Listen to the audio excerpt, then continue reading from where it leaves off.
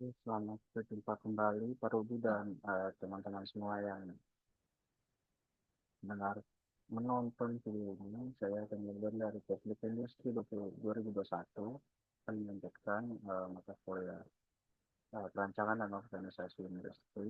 Ini topiknya tentang motivating employees. Nah, ini apa saja yang akan dibahas? Yang pertama itu yang location motivation, kemudian ada early theories of motivation, ada contemporary theories of motivation, dan ada current issues in motivation. Yang nantinya akan saya berikan contoh dari perusahaan yang saya ambil. Nah, motivasi sendiri ini mengacu pada proses di mana supaya seseorang diberi energi yang diarahkan dan dipertahankan untuk bisa mencapai suatu tujuan. Nah, early theories of motivation ini menurut Abraham Maslow ada hierarchy of needs theory. Yang pertama di sini ada physiological needs, ada social needs, ada social needs, ada esteem needs, serta ada self-actualization needs. Nah, untuk yang di awalnya ada physiological needs, di mana Netflix memenuhi kebutuhan dasar. Dia menawarkan gaji yang kompetitif dan paket tunjangan kesehatan yang mencakup karya dan keluarga mereka. Oke, yang safety needs ini, di mana Netflix menciptakan lingkungan kerja yang stabil dan mendukung serta memberikan kebijakan cuti yang tidak terbatas. Untuk social needs, Netflix ini memberikan mempromosikan budaya kerja mereka yang terbuka dan kolaboratif sehingga mendorong komunikasi yang jujur dan transparan melalui feedback secara langsung. Untuk yang esteem needs, ini Netflix mendukung harga diri karyawan dengan memberikan otonomi dan kepercayaan besar kepada mereka untuk bisa mengambil keputusan tanpa adanya pengawasan yang ketat. Nah, untuk self-actualization ini, Netflix mendorong karyawan untuk bisa mengembangkan potensi secara penuh dengan memberikan mereka proyek-proyek yang menantang dan memberikan kesempatan untuk bisa berinovasi secara luas. Nah, untuk selanjutnya ini ada dari McGregor's Theory X and Theory Y. Nah, mana untuk teori X ini, ya pengen ingat di mana orang-orang yang meremehkan, yang meremehkan kerjaan mereka yang kondisi kecil dan mereka tidak suka bekerja dan ingin sekali menghindari tanggung jawab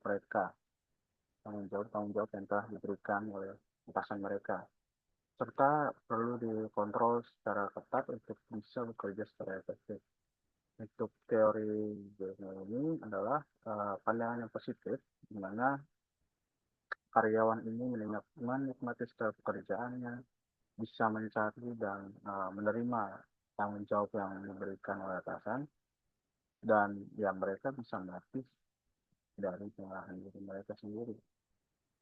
Nah, contohnya ini di Netflix ini mereka itu menggunakan pendekatan teori di mana yang asumsi bahwa karyawan akan dimotivasi jika diberikan kepercayaan dan otonomi, freedom and responsibility, di mana kebebasan untuk bisa mengambil cuti kapanpun yang diperlukan dan mengatur waktu kerja mereka sendiri tanpa ada aturan ketat. Nah, ini yang diterapkan di Netflix. Ini ada Herzberg's two factor theory, ini ada teori motivasi bahwa faktor intrinsik ini ya terkait dengan kepuasan dan motivasi kerja, sedangkan yang intrinsik ini uh, berkaitan dengan ketidakpuasan pekerja. Untuk extremely satisfied ini ketika orang merasa oke dengan pekerjaan mereka dan mereka juga cenderung bisa mengikuti faktor-faktor intrinsik yang timbul dari pekerjaan itu sendiri. Ketika extremely dissatisfied, ya ketika para karyawan ini tidak puas dan mereka ya mengikuti faktor-faktor intrinsik yang timbul dari konteks pekerjaan.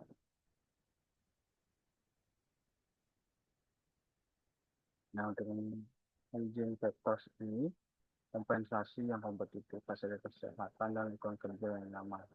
Faktor-faktor ini mengurangi ketidakpuasan karyawan. Di situ ada supervision, company policy, relationship with supervisor, ada security, status, goal setting theory, ya psikologi yang menyatakan bahwa ini hubungan yang kuat antara penetapan tujuan yang jelas dan terukur.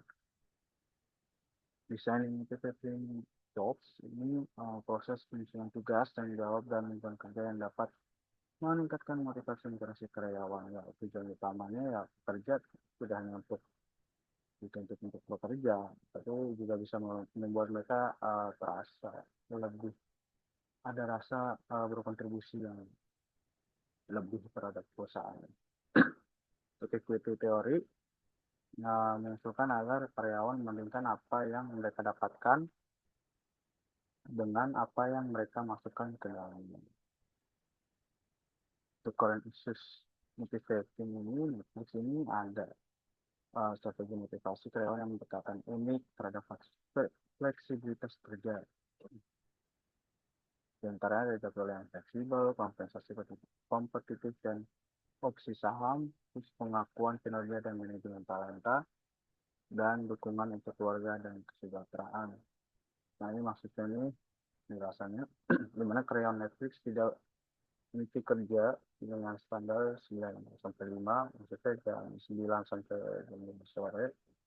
Mereka bebas memilih jam kerja asalkan mereka bisa menyelesaikan tugas-tugas yang diberikan dengan sesuai arahan. Terus kompensasi kompetitif opsi saham, di mana Netflix memberikan paket kompensasi yang menarik, termasuk kebebasan bagi karyawan untuk memilih berapa proporsi gaji yang ingin mereka terima dalam bentuk opsi saham.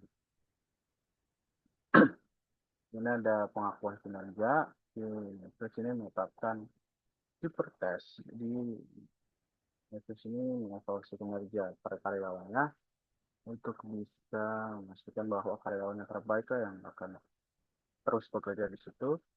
Nah, terus kalau misalkan yang kurang itu pasti mungkin Netflix akan menawarkan severity package, bisa membantu karyawan yang keluar dari perusahaan.